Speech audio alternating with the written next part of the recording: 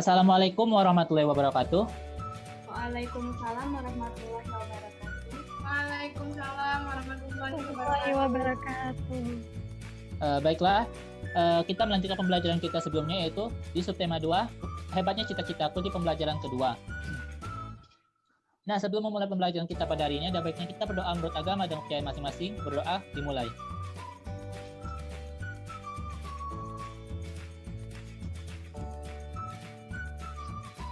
Berdoa selesai. Sebelum memulai pembelajaran kita pada hari ini, Bapak ingin mengecek kehadiran kalian. Yang pertama yaitu Depa Aprilia Saputri. Hadir Pak. Yang kedua Fitria Septiana Asda. Hadir Pak. Mutia Octavia Lina. Hadir Pak. Sri Setianingsih. Hadir Pak. Di pembelajaran kita pada hari ini, kita akan memiliki tujuan pembelajaran kita, yaitu yang pertama, melalui kegiatan membaca puisi penari, nantinya dan menjawab pertanyaan berkaitan dengan puisi tersebut, siswa akan dapat menjelaskan cara membuat puisi dengan benar.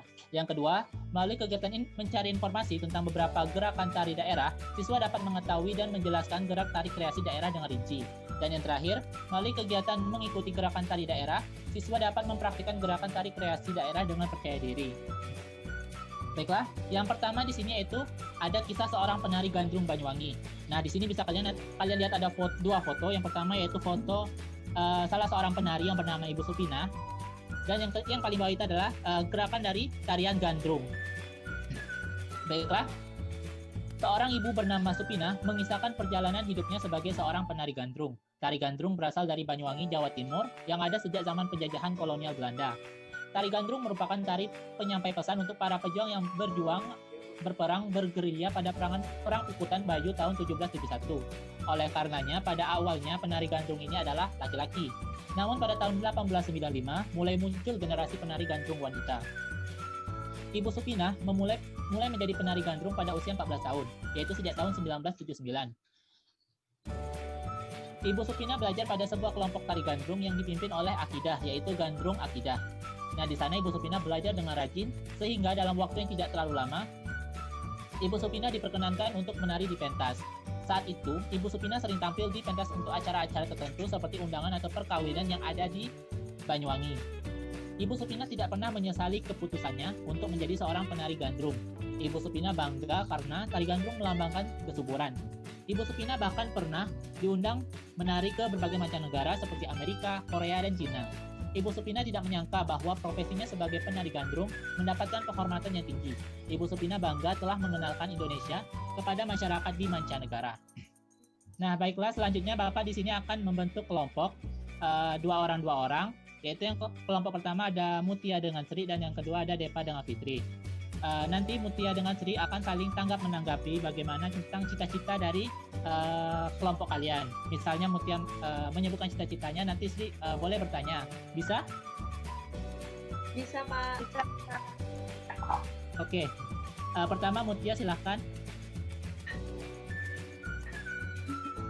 Di sini cita-cita saya adalah menjadi seorang guru. Oke, Sri ada tanggapan, Sri? Sebelum Mutia cita-citanya menjadi guru, Mutia pernah nggak sih bercita-citanya? Biasanya kan dari TK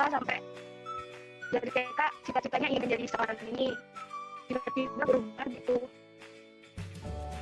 Memang dari awal cita-citanya Mbak Dana. Oke, bisa Bapak simpulkan maksud dari pertanyaan Sri itu kepada Mutia itu ada nggak sih perubahan cita-cita Mutia, kan dari SD sampai ke SMA mungkin ada perubahan-perubahan gitu. Mungkin itu maksud dari pertanyaan Sri.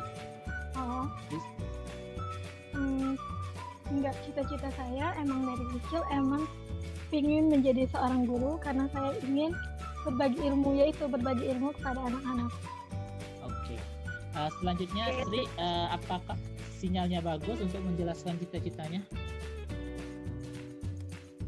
Baik, sebelumnya sebenarnya cita-cita saya itu berubah. Awalnya menjadi dokter, guru, setelah itu menjadi arkeolog. Tapi mungkin sekarang cita saya sudah itu menjadi guru. Oke, karena jaringan Sri kurang bagus, Bapak bisa simpulkan sedikit.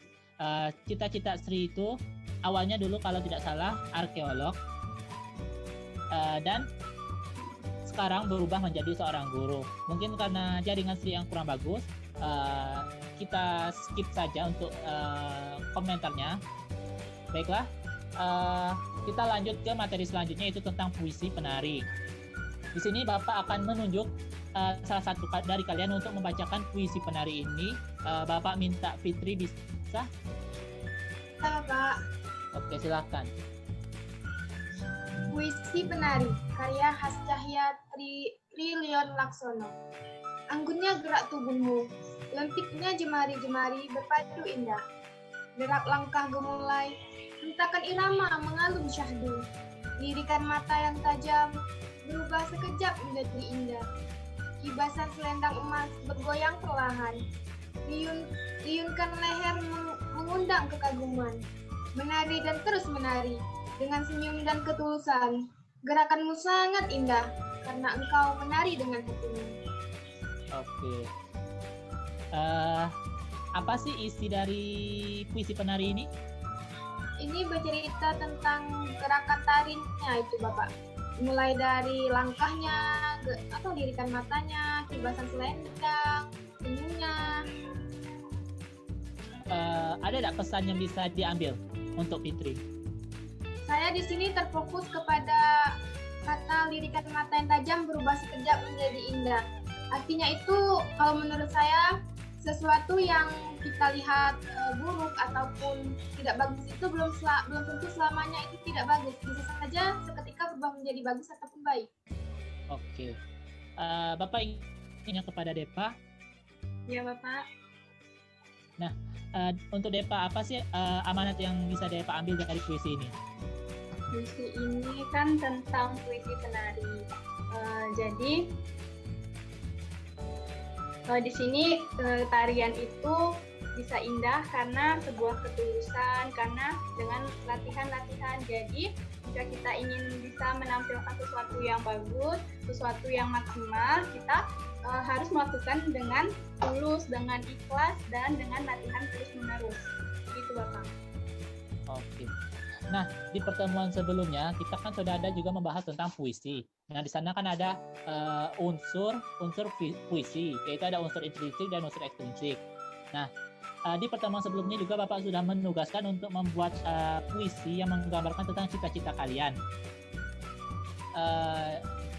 Bapak minta untuk Depa membacakan puisi yang dibuatnya, yang Bapak tugaskan kemarin, bisa?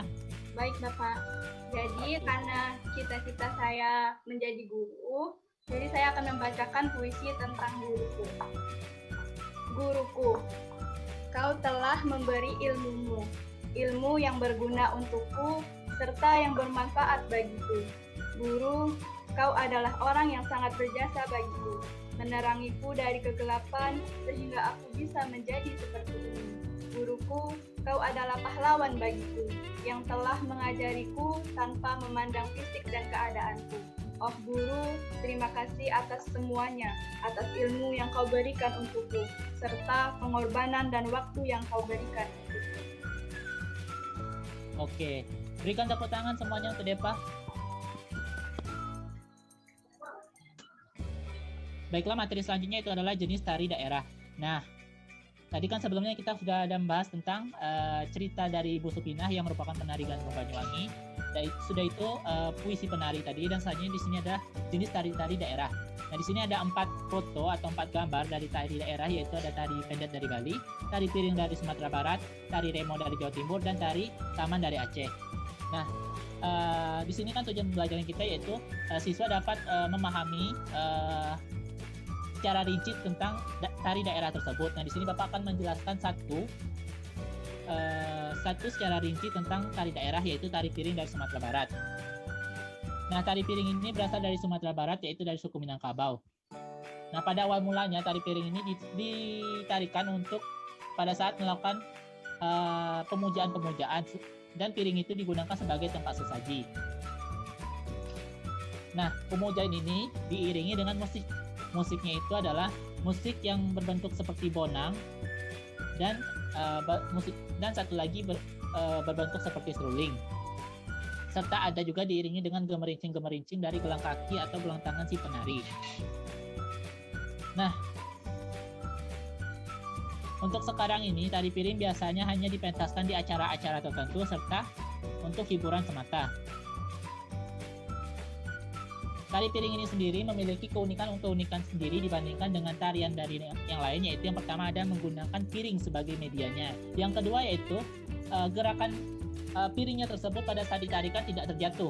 Nah, itulah istimewanya dari tari piring ini. Yang ketiga keunikannya itu di alat musik pengiringnya. Alat musik pengiringnya yaitu ada juga disertai dengan gemerincing dari gelang-gelang kaki dan gelang tangan si penari. Nah, yang selanjutnya itu adalah ada tambahan juga dari bunyi-bunyian dari suara cincin si penari. Nah, untuk gerakan dari tari piring ini sendiri yaitu kebanyakan menggambarkan tentang kegiatan dari bercocok tanam padi. Mungkin inilah yang Bapak bisa sampaikan tentang rincian dari tari piring. Bapak ingin bertanya kepada Mutia. Ya. Nah, di sini Mutia bisa melihat dari tari pendet Bali bisa. Bisa. Nah, di sini coba bandingkan antara tari pendet dengan tari piring. Apa perbedaan yang bisa dilihat dari gambar itu? Pada perbedaannya di gerakannya, Pak. Apanya? Pada gerakan tangannya sama kakinya. Oke, Bapak ingin bertanya kepada Fitri bisa? Bisa. Pak. Oke. Coba Fitri sebutkan perbedaan dari gambar ini, yaitu dari tari saman dengan tari remo. Yang pertama itu digerakkan. Setelah itu kalau tari saman itu kan gerakannya tuh rata-rata duduk. Kalau tari remo itu berdiri. Itu sih, Pak. Oke. Mungkin hanya ini pembelajaran yang bisa disampaikan untuk pertemuan kali ini. Mengingat waktu kita yang tidak banyak, sebelum Bapak menutup pembelajaran kita pada hari ini, Bapak akan menugaskan kalian. Yang pertama yaitu untuk tugas kelompoknya. Yang kelompoknya itu kan tadi sudah ada Fitri sama Depa dan Mutia sama Sri. Nah, di sini tugasnya kalian memilih salah satu tari kreasi yang mana nanti kalian akan mencari informasinya seperti yang Bapak sebutkan tadi dari tari piring tadi tentang musiknya, gerakannya dan sebagainya. Nanti kalian pilih salah satu tarian yang mana yang akan kalian pilih dan cari informasinya. Nah, untuk tugas individu tadi kan ada di tujuan pembelajarannya yaitu siswa dapat mempraktikkan gerakan dari tari kreasi daerah. Nah, nanti kalian akan mengirimkan video gerakan dari tarian yang kalian pilih untuk dicari informasinya. Kalian praktikkan gerakannya selama lebih kurang 3 menit. Dan nanti dikirimkan ke grup WA. Mungkin hanya ini yang bisa Bapak sampaikan. Baiklah, sebelum menutup pembelajaran kita pada hari ini, Bapak akan menyimpulkan apa saja sih yang sudah kita pelajari pada hari ini. Yang pertama yaitu dari kisah penari gandrung Banyuwangi, kita bisa melihat bahwa cita-cita dari Ibu Supina ini yaitu bisa kita simpulkan dari kecil yaitu ingin jadi penari. Nah, jika kita melakukannya secara sungguh-sungguh dan giat, maka tidak menutup kemungkinan kita akan berhasil untuk menggapai cita-cita kita. Nah, yang kedua ada puisi penari. Nah, kan di pertemuan sebelumnya kita sudah ada juga membahas tentang puisi. Nah, puisi di sini kan kemarin kita ada membahas tentang strukturnya, ada unsur intrinsik dan unsur ekstrinsik, ada tema, rasa, nada, dan sebagainya. Dan kalian juga sudah tadi membacakan puisi hasil karya sendiri. Nah, yang selanjutnya itu, yang terakhir yaitu ada tentang tari kreasi daerah. Nah, di sini tadi kalian juga sudah mempelajari ada 4 macam tari kreasi daerah yaitu dari Aceh, Jawa Timur, Bali, dan Sumatera Barat. Nah, Bapak harap semoga pembelajaran kita kali ini dapat bermanfaat untuk kita semua. Baiklah, sebelum kita menutup pembelajaran kita pada hari ini, karena kita diawali dengan berdoa, maka kita akhiri dengan berdoa pula. Berdoa menurut agama dan percaya masing-masing. Berdoa dimulai.